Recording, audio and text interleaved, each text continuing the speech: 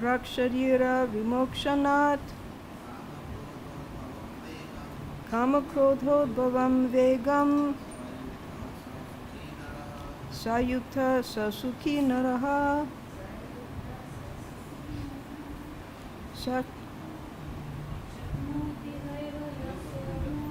shaknoti haiva yashodhum praksharira vimokshanat kamarkodhabhavam vegam sayukta sukhi nara shaknoti sudhum praksharira vimokshanat kamakrodhodbhavam vegam sayukta sasukhi naraha. Shaknoti is able. Iha eva in the present body. Yaha one who. Sodhum to tolerate. Prak before. Sharira the body. Vimokshanat giving up. Kama desire. Krodha and anger. Udbhavam generated from. Vegam urges. Saha he. Yuktaha in trance. Saha he. Sukhi happy. Naraha human being. Before giving up this present body, if one is able to tolerate the urges of the material senses and check the force of desire and anger, he is well situated and happy in this world. Purport. If one wants to make steady progress on the path of self-realization, he must try to control the forces of the material senses. There are the forces of talk, forces of anger, forces of mind, forces of the stomach, forces of the genitals, and forces of the tongue. One who is able to control the forces of all these different senses and the mind is called Goswami or Swami. Such Goswamis live strictly controlled lives and forego altogether the forces of the senses. Material desires, when unsatiated, generate anger, and thus the mind, eyes, and chest become agitated. Therefore, one must practice to control them before one gives up this material body. One who can do this is understood to be self-realized, and is thus happy in the state of self-realization. It is the duty of the transcendentalist to try strenuously to control desire and anger. Om Jnana Timurandasya Jnananjana Salakaya Chakshurunmilitam Jena Tasmai Shri Gurave Namaha. Nama Om Vishnu Padaya Krishna Prasthaya Bhutale Srimate Bhaktivedanta Swami Iti Namine. Namaste Saraswati Deve Gauravani Pracharine Nirvishesha Sunyavadi Paschatya Deshatharine. So this chapter, Krishna speaking, it begins with a question from Arjuna, because in the previous chapter, Krishna was stressing freedom from action and knowledge, and freedom from material action, knowledge, and then work in devotion. So Arjuna asked, well, which is better of the two? And Krishna explained that both of them are good, to be fixed in knowledge, to be a sannyasi, but work in devotion is better. And that's because we have these senses eternally. and the senses have to be engaged.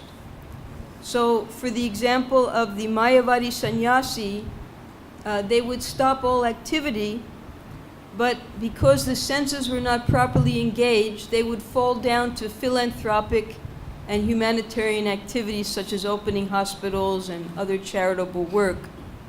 So what Krishna recommends to Arjuna is to use these senses in his service, in Krishna's service, because then the senses are purified, there's no disturbance, and eventually when one returns to the spiritual world, the senses will also be engaged there in Krishna's service.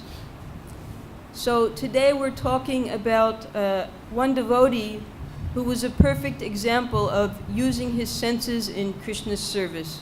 And here also we're discussing Prabhupada's service because that's non-different from Krishna's service.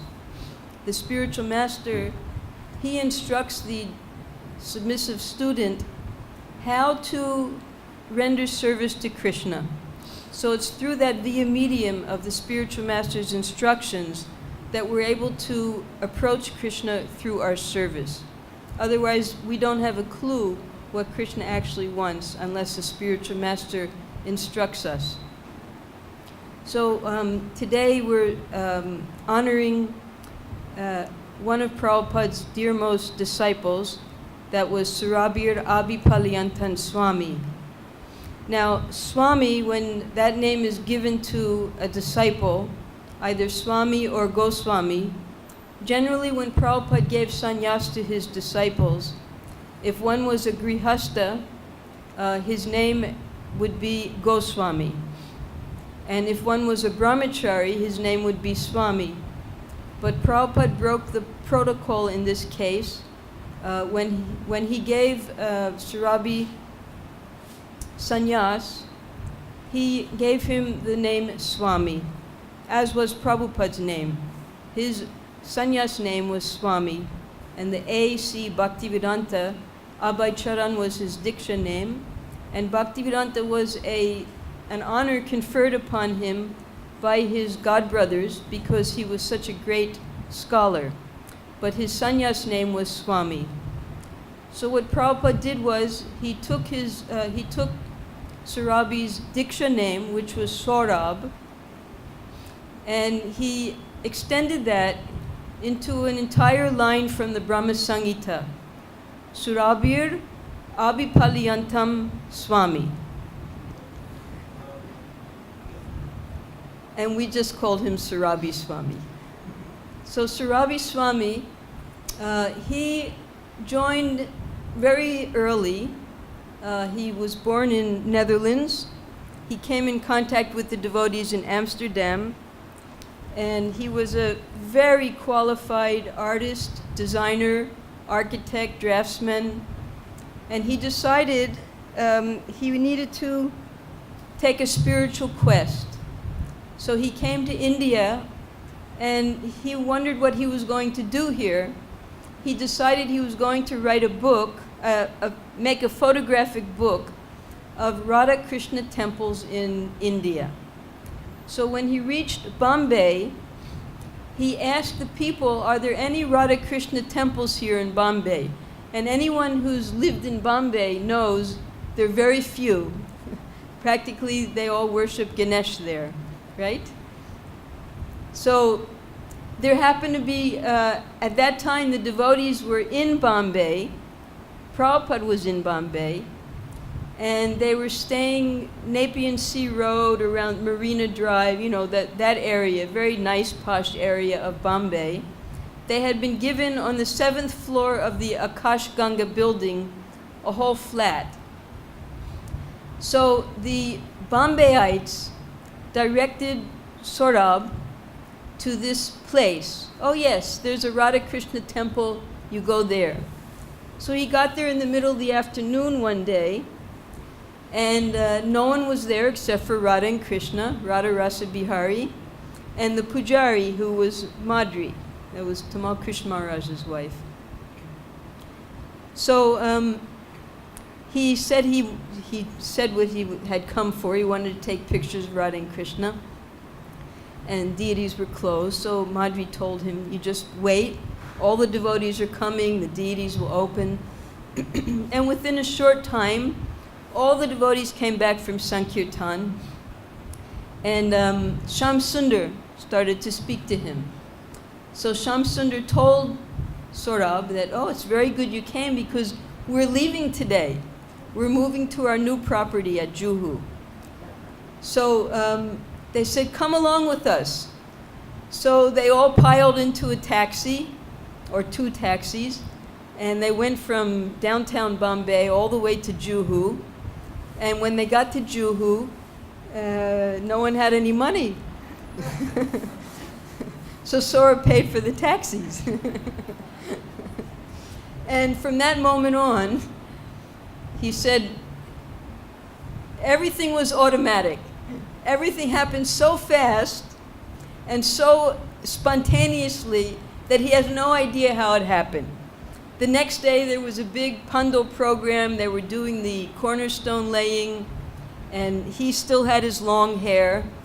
And then he was sitting there because, being very technically inclined, they were having him run the tape recorder. So he was sitting right at Prabhupada's feet while Prabhupada was lecturing. So the devotees decided if he's going to be right next to Prabhupada, right after the program, they shaved him up. So, and then the next day, they were having an initiation ceremony. So within a few days of meeting the devotees in Bombay, he became Saurabh Das, and he had no idea even what his name was. It took him about 2 weeks to find out what his name was. He thought that Prabhupada had named him Zorro. Now, Zorro he's a mythical character in Mexico who, I don't know if there's any comparison to him, maybe Parshuram or somebody like that. So for 2 weeks he thought his name was Zorro. And then finally it got clarified that his name was Saurabh. So when Prabhupada found out that he was such a qualified person who would become his disciple, he sat him down and he told him to design the Bombay temple right then and there. So he started. But there were difficulties, there were technical difficulties with the municipality, so nothing was going to happen in Bombay. So Prabhupada put him on a train and sent him here to Vrindavan. It's 1972. And the devotees had been struggling to build this temple since 1971. And there was no real plan. It just looked like a matchbox. It was done by some professional architects in Delhi. So when Saurabh got here, we just had some mud huts here along this wall. He stayed there, and he stayed with Gunarnava. They immediately made a friendship. There were just a few devotees here. And he sat down and he started to design. And he saw immediately that there had to be changes in what the architects had done. First, they had made it at ground level, which meant that anytime it rained, the whole temple was going to flood. So he had to figure out how to raise the temple, because foundation had already been built. There was already construction going on. So he had to work with what was here. So he figured out he would dig into the courtyard and use that sand to build up the sides of the temple. And that's why our temple has a deep courtyard with a higher level around it and the darshan manda to avoid that flooding. Although we saw this rainy season, it still floods in the courtyard. So Saurabh worked day and night to build this temple. It was a very small crew. Guru Kripa Swami and his crew of men, they had promised Prabhupada that they would give $100,000 a month to build this temple. So finally money was coming in, and they worked so hard. Day and night, it was a 24-hour shift practically, because Prabhupada wanted this temple done. There was a catastrophe, Janmashtami 1974, because there was a lack of communication. Gurudas was the temple president. Saurabh was the construction manager, the architect, and they didn't communicate. So Guru Das was promising Prabhupada it'll get done. Meanwhile, Saurabh, being very practical, knew that it was impossible.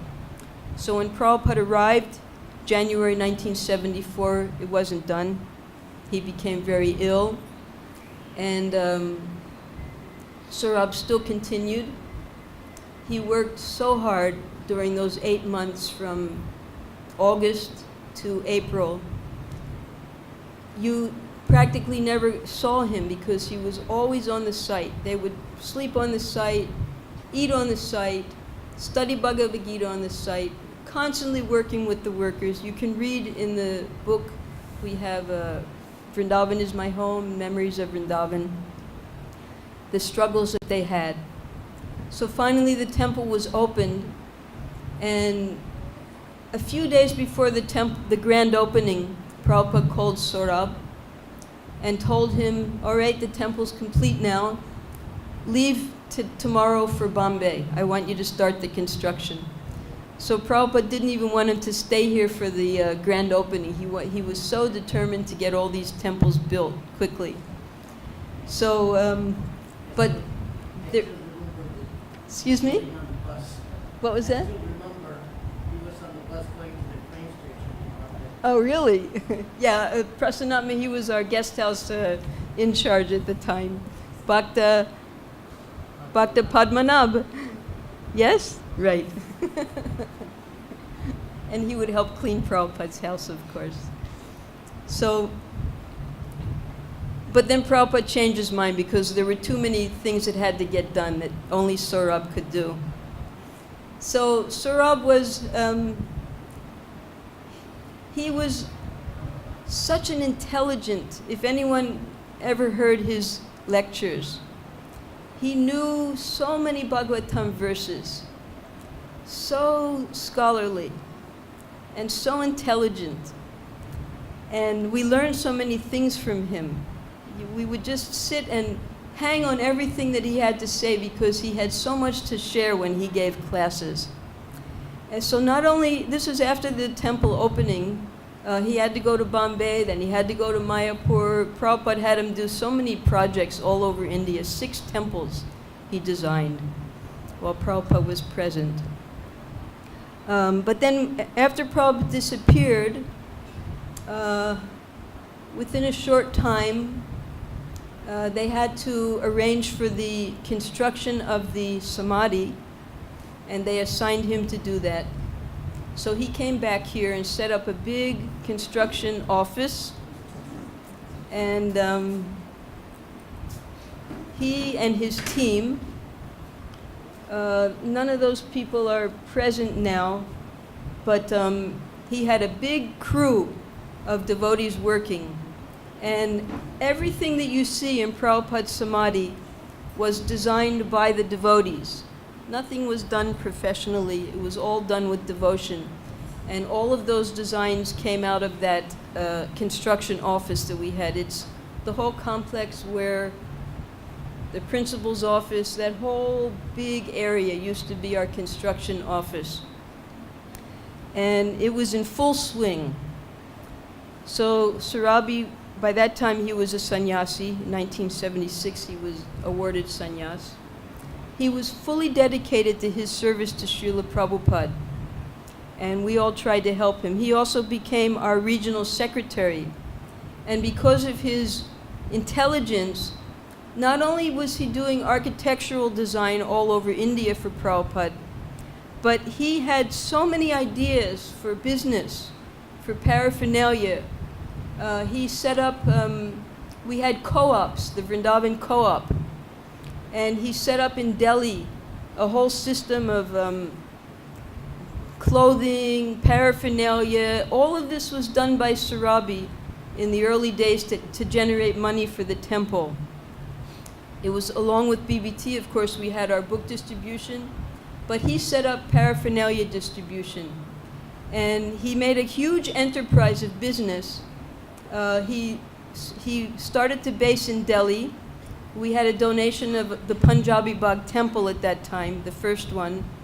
So he made that his base, and he engaged many, many people, both businessmen and devotees, in this co-op program of distribution of the paraphernalia. So that was a huge generation of income for our temple at that time. But unfortunately, while doing this co-op work, he, because having to deal with businessmen, they became greedy, and they decided that they were going to, make a coup. So they involved the police, and one night the police came, and they were going to arrest Surabhi. And this was all planned by his business partners, who he had full trust in. So Surabhi immediately had to leave the country. This is about 1983. He had to leave with nothing, just like a sannyasi. He had nowhere to go. He had some business relations with some people in Hong Kong, so he went to Hong Kong. And he disappeared. For 20 years, he didn't come back to India because he was afraid that if he came back, someone would make a case against him. So he just, one night, left everything, went to Hong Kong, and started a new life there. And we didn't get to see him for 20 years. He still continued with his devotional activities. Whenever he was asked to design something, he designed the Hong Kong temple for Tamal Krishna Maharaj. No one could stop him. Just he wasn't allowed, he just chose not to come back to India for 20 years. Then he was diagnosed with cancer.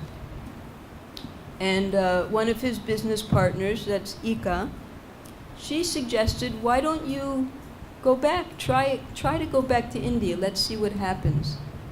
So he came back here for the 40th, before the 40th anniversary. He and Gunarnava, they hadn't seen each other for so many years. And he was given such a warm welcome here because a 20-year gap of not seeing the temples that you had built, the devotees you would work with, you lose contact, you lose touch. And when he saw he was just overwhelmed by the love and the appreciation that the devotees expressed towards him.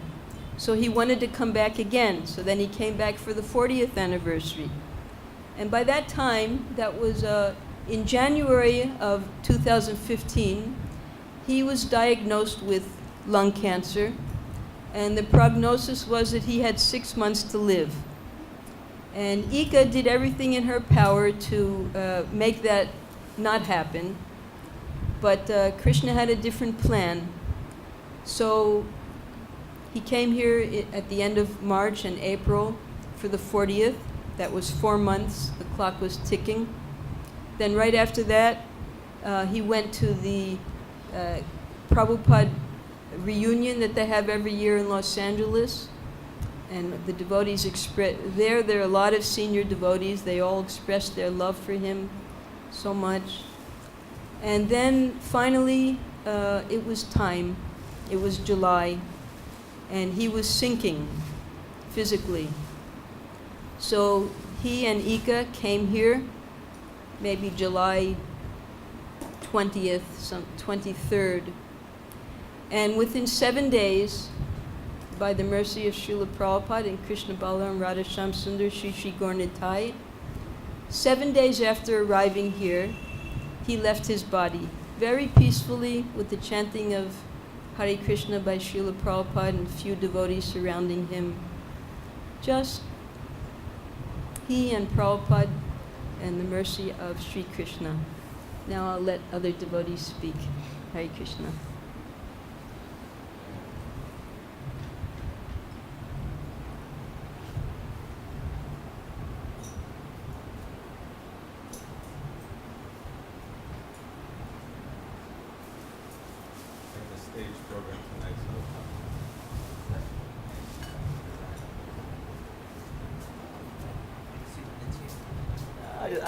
I'm not going to say loud.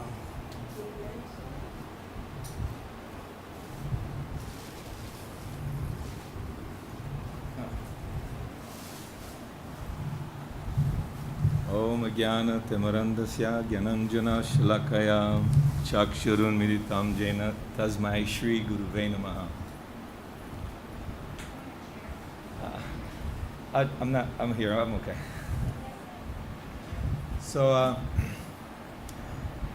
when I was there with Gunarnava Prabhu, when Surabhi came for a visit, as Mother Devi Shakti was explaining how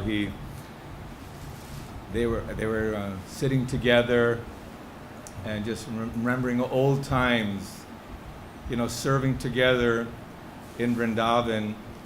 You could see that he was at first not sure how things would be, but he was feeling more and more at heart happier, more because this was his life, his meditation to Srila Prabhupada, his dedication. So he came, spent some time. I think he may come once or twice. He came once. Once. He came once. 49. And for the 40th anniversary, I know when he was sitting with several other devotees, he'd always give preferential, no, you speak. He would sit very humbly and very quietly, and devotees were speaking. Then after a while, he saw when he spoke how the devotees were really keen to hear him, that his love for Prabhupada and the chastisements and the encouragement that Prabhupada was giving him. And then he became even more enthusiastic as the 40th anniversary continued. He was just remembering very fondly and very deeply the happiness of the devotees to serve Prabhupada despite the austerities, the difficulties that were involved in this Krishna consciousness, this Krishna Balaram Mandir development. And after the 40th anniversary, he had that mood that I want to come back to Vrindavan to finish my business and leave this world. And that's what Vrindavan is. Srila Prabhupada has created a beautiful place, and many devotees are coming back home before going back to the spiritual kingdom. I was fortunate that I think the day before, or 1 or 2 days before, Dharmatma gave Surabhi Prabhu the phone, and we spoke for about a half an hour, 40 minutes on the phone. I was in America at the time. And he was just expressing, everything is so nice. I feel really good. Prashadam is good. The devotees are so nice. Everything is so beautiful. Just a lot of appreciation. Prabhupada miraculously made the arrangements that despite the fact that he was away for some time, he brought him back. And he inspired Surabhi to be here amongst the devotees and the place where he dedicated his energy and love to Prabhupada. And hearing that Surabhi passed away here and his wish was fulfilled, it brought a lot of happiness to me and to other devotees that we could actually respect and appreciate that this process of Krishna consciousness is such a wonderful process that by serving Prabhupada, dedicating our time and energy, then Prabhupada makes arrangements. Back in the early 80s, when he was in Punjabi Bagh, I spent about a week with him in Delhi. I don't know, he was in Punjabi Bagh, he had one temple there. And everything was very beautiful. He had a nice temple room arrangement. You could see that everything Surabhi Prabhu did, he did in a very conscious way, very artistic way, with focus, consciousness, where this is the International Society for Krishna Consciousness. So he was conscious of Krishna, but conscious of serving Prabhupada to worship, to serve Krishna. And I just feel that he was very friendly and very appreciative of all the devotees' love for him. It really made his day.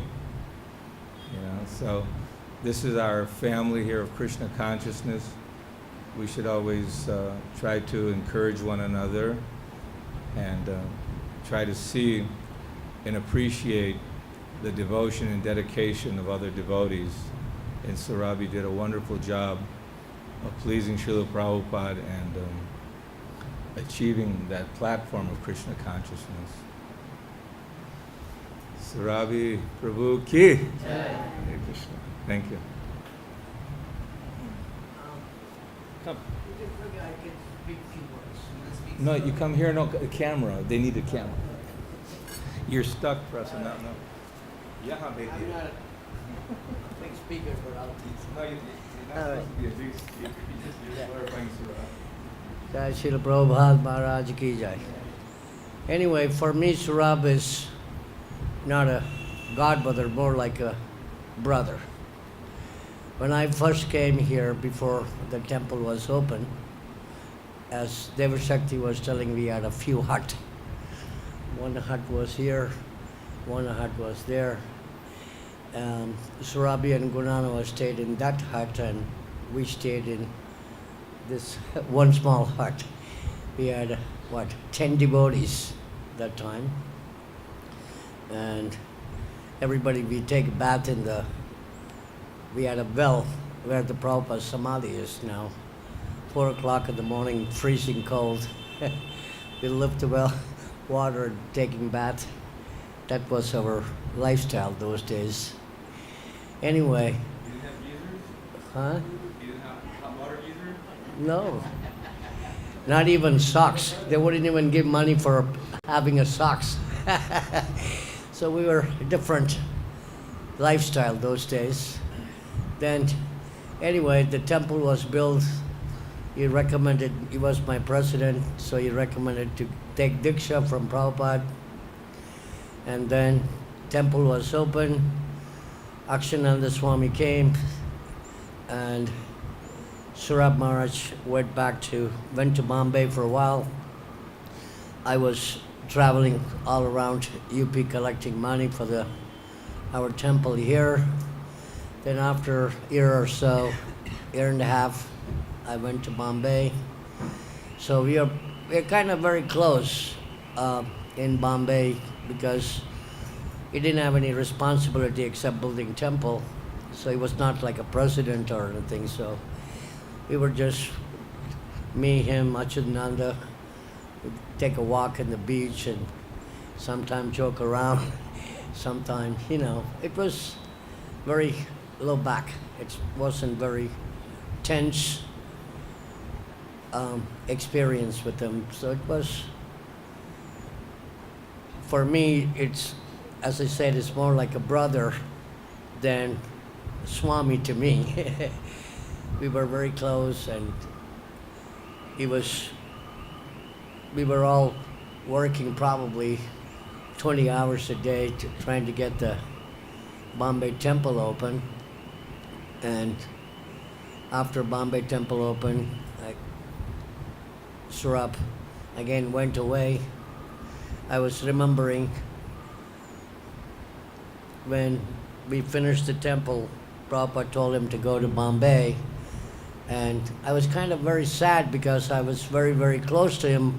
I was standing outside, there were so many buses, and he was sitting in one of the buses. I was looking him at the window just like a regular person. I was thinking, wow, my president, and he's just sitting in the bus and he's going away.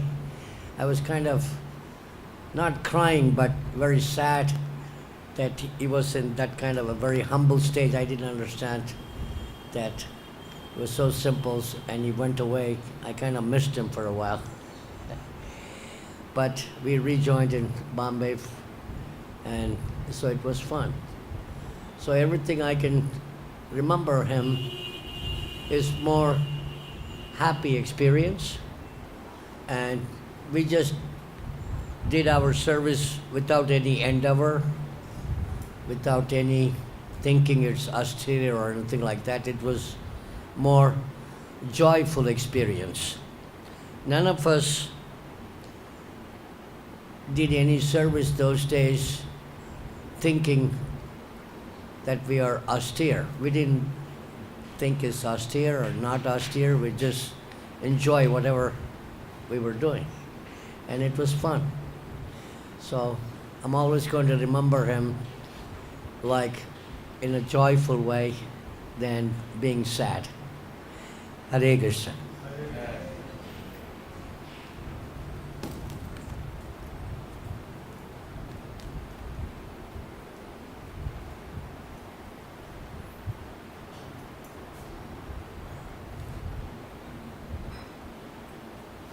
You say a few words for your experiences by serving folks, serving people. Say something. Your mama was very instrumental in helping him. Say a few words.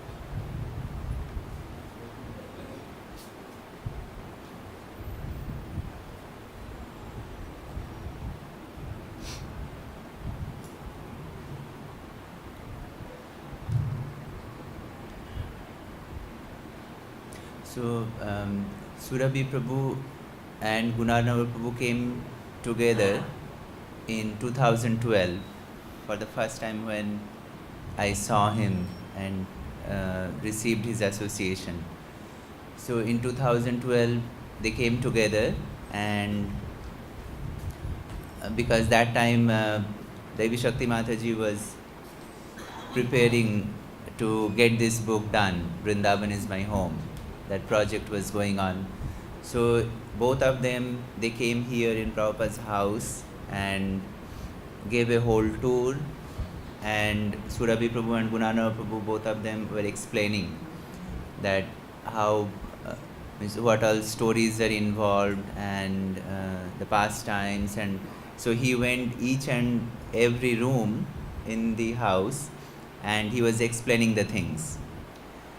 So it took few hours, and then also he called all the laborers who were involved in constructing this Prabhupada's house and temple, like Ramji Lal, Kishan Lal, Anwar, and so they gave interview here. So he was, no, he died. So, yes. So then they came, so he was talking to them, and then some devotees were translating into Hindi. So everything was recording because Devi Shakti Mataji's this book, Vrindavan is my home. And they stayed in the MVT, and then I received some opportunity to serve them, and they went back and came back in 40th anniversary. So 40th anniversary, then lot of Prabhupada disciples were here. As you see this picture, we had a group picture here. So many Prabhupada disciples came and attended this festival. And then he came back because he already diagnosed cancer. So then he came back in July of last year, 2015. So that time when he came, so myself, Saranga Thakur Prabhu, Devi Shakti Mataji, we all went to Delhi airport and received both of them, Ika Mataji and Surabhi Prabhu, and we there was a accommodation here in MVT, and he was staying here. And when he arrived, because he was not eating anything in Hong Kong, so as soon as he reached the just the outskirts of Vrindavan, he became very he started feeling very nice and very enthusiastic. And then he was telling that I was not eating anything in Hong Kong, and doctors were not allowing me to drink milk. And when he came here, first 2-3 days, he started eating nicely, even Mahaprasad, Rajbhog, and he himself used to call Gopal Raj Prabhu, and he used to explain to him, okay, you make this item for me and that item for me. So he was very, he became very nice when he came. And then one night he couldn't sleep, and then whole picture changed. Then things started deteriorated. And then I think it was, I forgot the date exactly, but then he stopped talking, and then he couldn't sleep and started breathing very heavily. And one night he was breathing very heavily. Then by early morning, the breathing, it slowed down. And then just before Mangalarati, around 2:45, 3 o'clock, he disappeared. and then we did all the legal formalities and did the cremation in Jamuna. So it was very, very inspiring for me whenever I go to Prabhupada's Samadhi, especially every morning, and when I look upwards, and I remember Surabhi Prabhu, and I feel that this is not an ordinary thing, that who created such wonderful design, and not that anyone can do that, especially empowered by Srila Prabhupada. Therefore, such nice design he did. Means in Krishna Balaram Mandir, he did the whole design for Prabhupada house, for the temple, for Samadhi, and then in Mayapur Prabhupada Samadhi, and so many other temples. So whenever I go in the morning in Prabhupada Samadhi and in the temple, I remember Surabhi Prabhu, that such nice design, and everything was by hand, and it was very, very nice. So I pray that maybe he empower all of us and bless us with pure devotional service from Golok Vrindavan, and we also remain attached to Srila Prabhupada's lotus feet as he was, and then our life will be successful. Hare Krishna.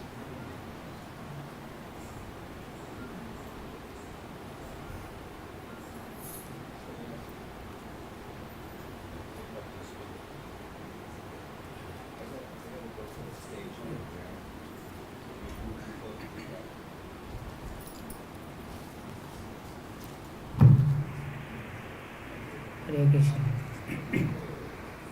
Vanchakalpatarubhascha kripa sindhubhaivacha patitanam pavanebhyo vaishnavebhyo namo namo. Surabhi Prabhu ki jai. Before I start, I would like to read two offerings sent to me by two of Surabhi Prabhu's dearmost associates who worked under him and who worked with him in Bombay project, Jew Bombay project. One of them is Eknath Prabhu. He is the president of Bhakti-Vedanta Archives in North Carolina, USA, and he was also Surabhi Prabhu's cashier in Bombay. And another one is Vijeta. He was also in Bombay. Prasanatma Prabhu knows both of them. He was also there. He was my president also in Bombay. So this one is from Eknath Prabhu. This short eulogy is from Eknath Das, the Juhu temple construction treasurer, who worked with Surabhi for approximately 3.5 years. Eknath and Surabhi had a special personal relationship, being both from Holland and had known each other since 1971. Shravanananda Prabhu and I talked with Surabhi on the phone last week, just before he was called by Srila Prabhupada to come to Vrindavan. His voice sounded weak, but his spirits were very high. We were able to exchange our last goodbyes and expressing our heartfelt gratitude for his association and all the incredible service he rendered to His Divine Grace A.C. Bhaktivedanta Swami and Lord Chaitanya's mission. Also the jaw-dropping fortune he received in the form of highly sought after advance death notice. In another such conversation several weeks ago, he expressed delight in desiring to design the future Srila Prabhupada Library, Archives, Museum to be built in the United States. I want to thank all the distinguished devotees present here for caring so nicely for Surabhi in his final days and hours. A special mention goes to Ika, who selflessly cared for Surabhi for many months. All glories to you, Mataji. May Lord Krishna bless you profusely. Surabhi's last post on the Facebook page was, "My sweet Lord, I really want to see you," with an added link to My Sweet Lord concert for George Harrison. we are all confident that Surabhi has taken up residency with his sweet Lord by the supreme mercy of his dear Gurudev Srila Prabhupada. Surabhi can be confidently classified as an empowered disciple of His Divine Grace, A.C. Bhaktivedanta Swami, similar to Madhuvisha, Yamuna Mataji, Shamsundar, etc., etc. Srila Prabhupada had, especially in the early days, a small army of committed disciples who helped him establish a solid Krishna conscious foothold, mainly in the Western world. Saurabh or Zoro, Mataji was explaining this, Zoro, as he astonishingly thought he was named at his initiation, was the original name given by Srila Prabhupada. Surabhiro Vipalayantam was his sannyas name given in 1977 at the last of such ceremonies held by Srila Prabhupada in Mayapur. Surabhi took birth in a pious family. His other two brothers, Hari Krishna Das and Jagadev Das, are also initiated devotees. It is quite evident that Surabhi was extremely qualified to take on these seemingly impossible tasks ordered by Srila Prabhupada to design and build the first ISKCON temples in India. The pressure was immense. India was austere and hot. I often wondered when he would have a mental breakdown, but he never did. He was in fact very fixed on carrying out the orders of Srila Prabhupada. He was an extremely sharp and creative professional in his own right, dedicating all his abilities 100% in the service of Lord Chaitanya Mahaprabhu. In the 1984 Vyasa Puja book, Surabhiro Vipalayantam wrote an offering under the heading Ministry of Architecture, which speaks loud and clear of his spiritual position and attitude. This is the quote from that offering. Dear Srila Prabhupada, Sri Chaitanya Mahaprabhu states in the Siksastaka that the holy name alone can render all benediction upon the living beings. But without the Bhaktilata Bij offered by the all-merciful spiritual master, the actual connection between the conditioned Jiva and Bhagavan Sri Krishna is never established. Therefore, the Guru is the paramount factor in attaining the Paragati, Prema Bhakti. Srila Prabhupada, there is no higher principle than yourself. Lord Krishna states in the Bhagavad-Gita 9:27, O son of Kunti, all that you do, all that you eat, all that you offer and give away, as well as all austerities that you may perform, should be done as an offering unto me. And again in the Gita, Sri Krishna explains 3:15, the all-pervading transcendence is eternally situated in the acts of service. But no act of devotional service will be accepted by Lord Krishna without your approval. In fact, all acts of sacrifice, Jagyartha Karma, must be offered for your pleasure. The fact that we can offer you anything at all is another aspect of your mercy. As Sri Krishna's perfect servant, you are complete Atmaram and personally in need of nothing, yet you engage us. As the empowered Acharya, you command. You created ISKCON, and by your grace, our very lives took on definition. Srila Prabhupada, you alone gave meaning to our actions. Srila Prabhupada, as you yourself have stated, when you wash the floor, actually it is I who am washing, and you are helping me. Or as you also gave the example regarding BTG magazine, actually it is I who have written all the articles. Let us try to understand your position, and then automatically we will know our own. Without following your order, we immediately become the stringent puppets of Maya. Srila Prabhupada, let us never think we have any position independent of you. As for our fallen selves, we can only wonder at our supreme fortune. Indeed, The spiritual master's benediction is achinta, as it has no cause and its benefit is immeasurable. We can only wish that our service will please you. Srila Prabhupada, your satisfaction is our only measure of success. Your servants in the ministry of architecture. Unquote. We will miss you, Surabhi, like our very dear older brother. Hare Krishna, servant of the Vaishnavas, Eknath Das.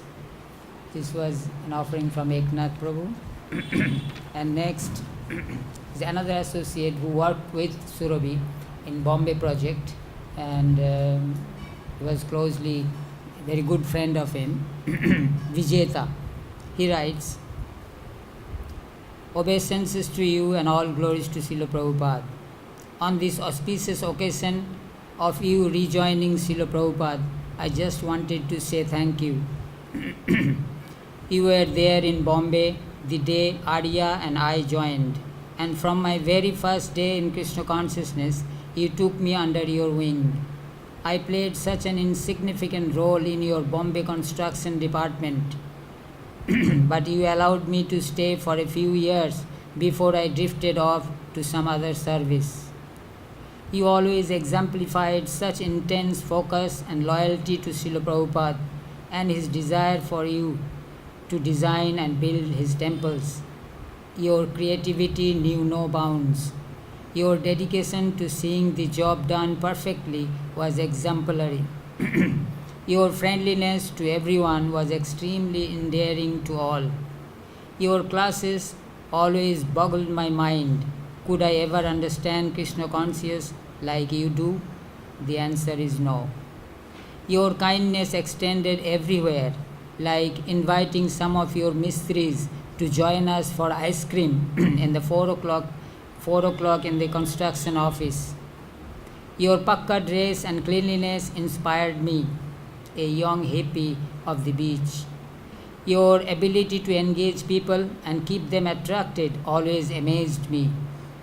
And of course, the glorious completion of Vrindavan and Bombay temples will stand for centuries as a reminder of what one dedicated soul with unflinching faith in his spiritual master can achieve.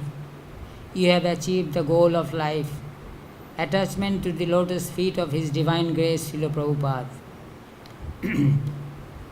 You have left us because Srila Prabhupada must have more temples for you to design somewhere, and I beg you to allow me your association in another lifetime, for I know that whatever you are doing for Srila Prabhupada will be an uproarious success, and I would like to be part of that again.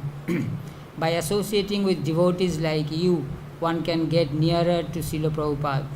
Thank you again, my dearest God brother. All glories to Sri Krishna Balaram. All glories to Sri Radha Ras Bihari. All glories to our eternal beloved Srila Prabhupada. Still your aspiring servant, Vijeta Das. So, Surabhi Prabhu, I first saw him here in Vrindavan in 1975. He was a Grihastha householder with his wife Kishori Mataji and their son, who was like 7-8 years old. I would always see him very busy. He was a busy man, going here and there, and had a paper and pencil in his hands all the time. And he would be with Gunarnaba Prabhu, going to the guest house and or in the temples. Almost the main construction was done already, but still there was some other works going on. The pathway, the parikrama path, and the guest house also, some work was going on. So I'll read just a few lines. Srila Prabhupada said that Vrindavan is my home, and Surabhi Prabhu designed and built that home for Srila Prabhupada with perfection. This includes Srila Prabhupada's personal quarters, his Krishna Balaram Mandir, and the guest house he designed and built. Srila Prabhupada said, Bombay is my office, and Surabhi Prabhu built that office. That includes Sri Radha Ras Bihari Mandir, the Twin Tower Guest House, and the auditorium for Srila Prabhupada's pleasure. His dedication, his loyalty to Srila Prabhupada, and his hard work will always be appreciated both at present and in the future. He was a busy man and always carried a paper and pencil in his hand. As long as these temples exist, Srila Surabhi Prabhu's name and his glory will also exist in the pages of history. Of course, there are other devotees like Guru Kripa Prabhu, Guru Das Prabhu, Jamuna Mataji, Gunarnabha Prabhu, and many others who work tirelessly to make this dream project of Srila Prabhupada a reality. There is no doubt that he received Srila Prabhupada's mercy profusely, as he was chastised profusely by Srila Prabhupada as well.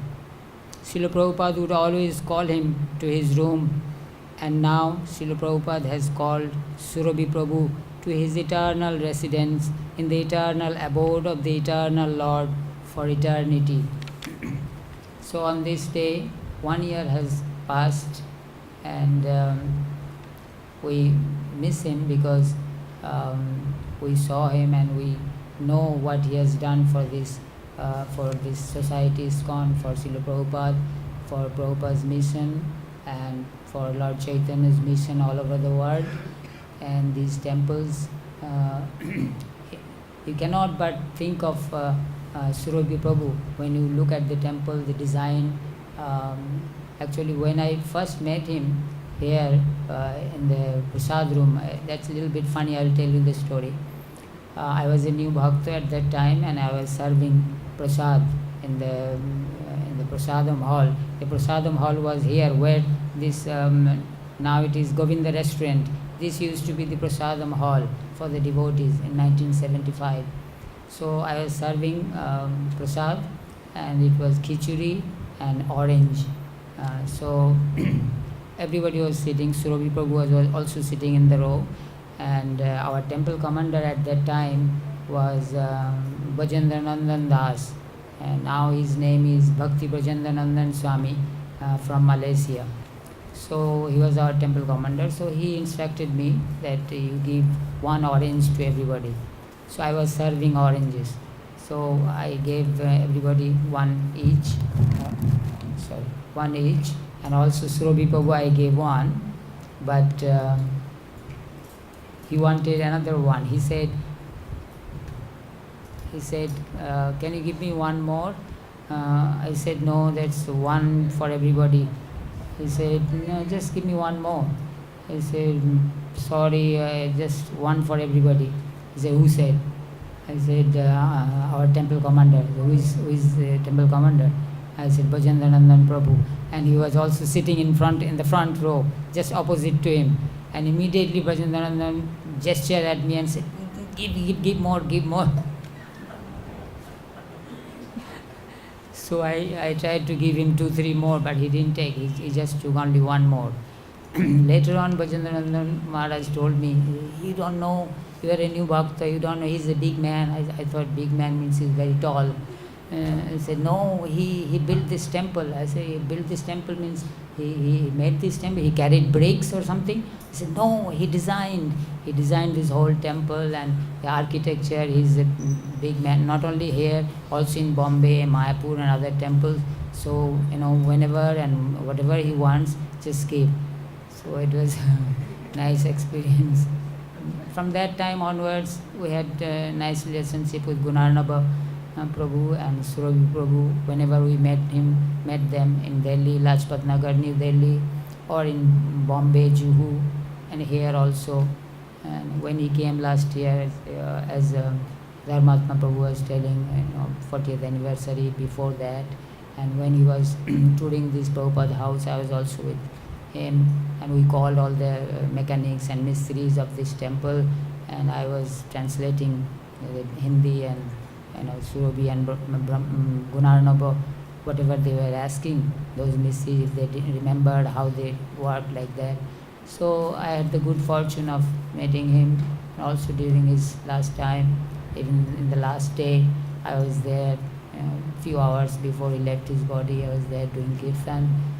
And then, of course, I went to Jamuna and everything. It was nice, He was such a dear devotee, disciple of Srila Prabhupada and our God brother.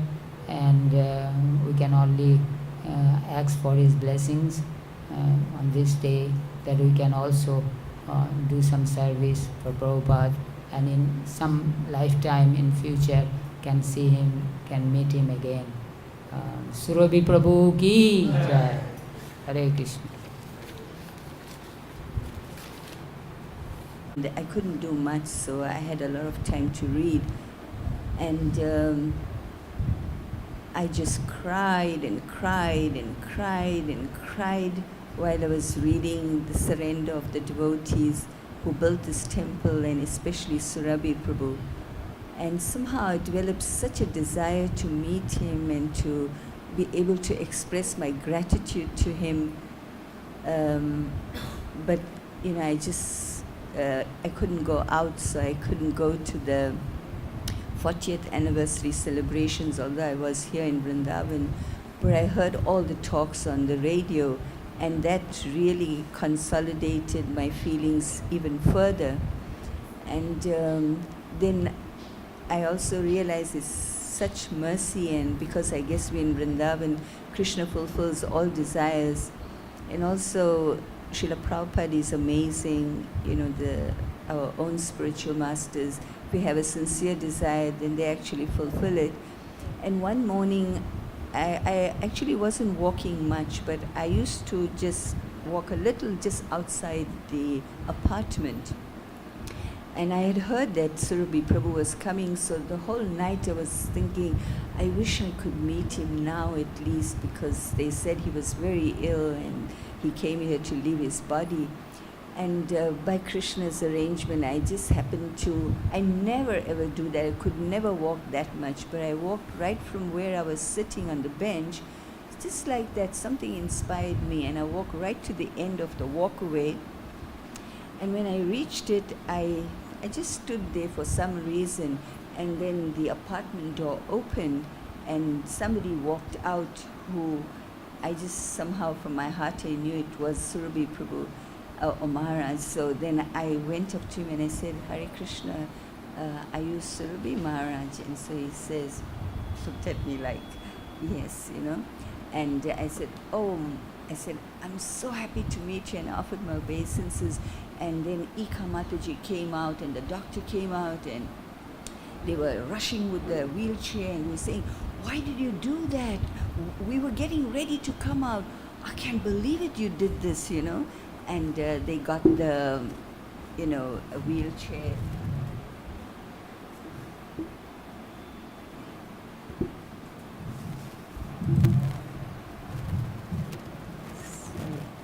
So they got the wheelchair, and in that little time I spoke to him, and he says, I can't believe I'm here, he says, in Vrindavan. And I also was thinking, I'm glad you made it, because, everybody said that he was so bad, and the doctor had only given him 6 months. So then I tagged along with them. They, put him in there, and then they said, how do you go? He says, it's so beautiful here. He says, I love this place, he says. And so I told him, if you go along this way, you'll be like going on parikram, because all the devotees stay here and they have deities, and we'll be doing parikram. So I walked with them, and then we saw Saraswati. So I said, we also have Saraswati here, the cow. So he says, really? And his doctor loved cows, and she told me that she always looks for cows, and she serves cows. So she left the party and she immediately went to Saraswati, and she was talking to her. And then Surabhi Prabhu reached the place where Saraswati was, and he was just so taken up with Saraswati, and he was holding her, and she also was like licking him, and it was such a wonderful exchange between them. And that at some point Ika told me, when I told her that Giriraj Swami was my Guru Maharaj, so she said, "Oh my God," she says, "Surabhi Maharaj and your Guru Maharaj have been having such wonderful exchanges, on the email for the last few months." So I said, "Really?" I said, so she told me herself, I didn't say anything more. She says that your Guru Maharaj was writing and asking for forgiveness because they served together, and I guess he was a temple president, so he had his own concerns, and Surabhi Prabhu had his own concerns also. But then they worked through it, and they sort of, I guess, had a wonderful time, appreciating each other. And then I think when he went for the reunion in Los Angeles, then my Guru Maharaj met him, and there was a wonderful exchange. And I also learned from that we have to have closures, because once I asked my Guru Maharaj that sometimes you have an exchange with a devotee and there's no closure, and what happens then, because you don't ask for forgiveness, and so he says that, well, you can serve the family members, if the person has left already, but if the person hasn't, then you sort of make every effort to sort of, have closure, meet the devotee, and, ask for forgiveness, because that's how we do it. And then I also had a desire to serve Surabhi Prabhu, but I knew that his diet was restricted also. But I didn't know. Now I heard he was having Maha.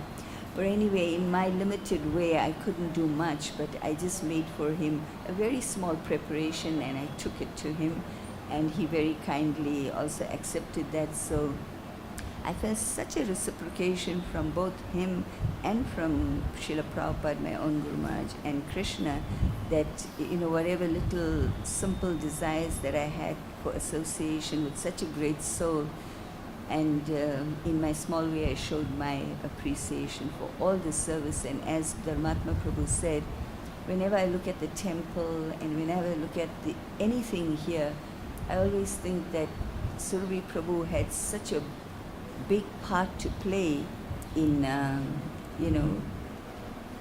what we're seeing now and what we're enjoying.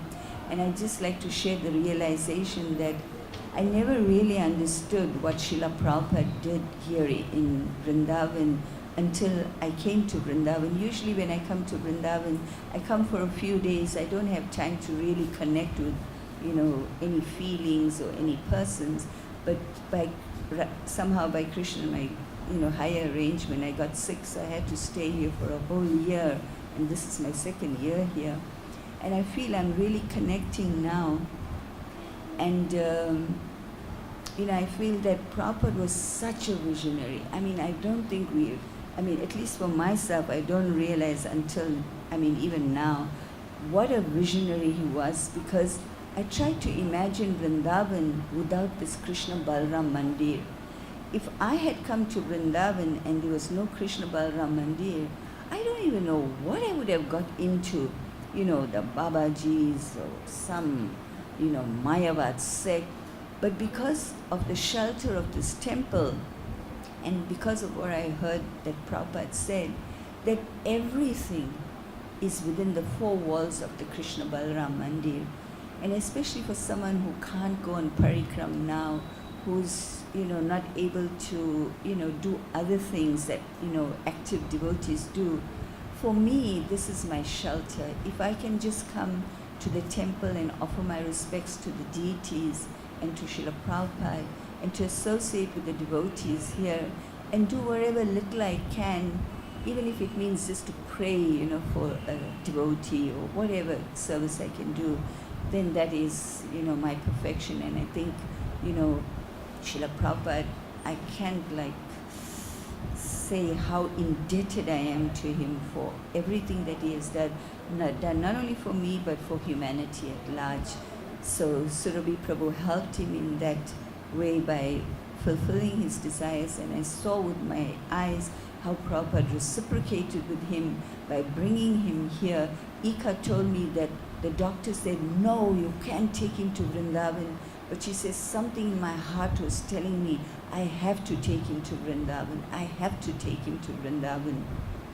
And she told me of all the obstacles that she overcame just before they left, like the key of the apartment being locked, inside, and, his passport was inside, and so many things. I was like perspiring just listening to all the obstacles that she, overcame, and finally brought him to Vrindavan. So I also offer my great thanks to Ika Prabhu for bringing Prabhu to Vrindavan so that he could actually realize his desire to go. I mean, he was already back home, but to go to Vrindavan. And I pray to Surabhi Maharaj that I can develop one drop of the qualities of the devotion and the dedication that he had to serve Srila Prabhupada and the mission. Hare Krishna. His Holiness Surabhi Maharaj ki jai, Srila Prabhupada ki jai, Samaveta Bhakta Vrinda ki jai, Nitai Gaur Premanandi Hari Hari Bol.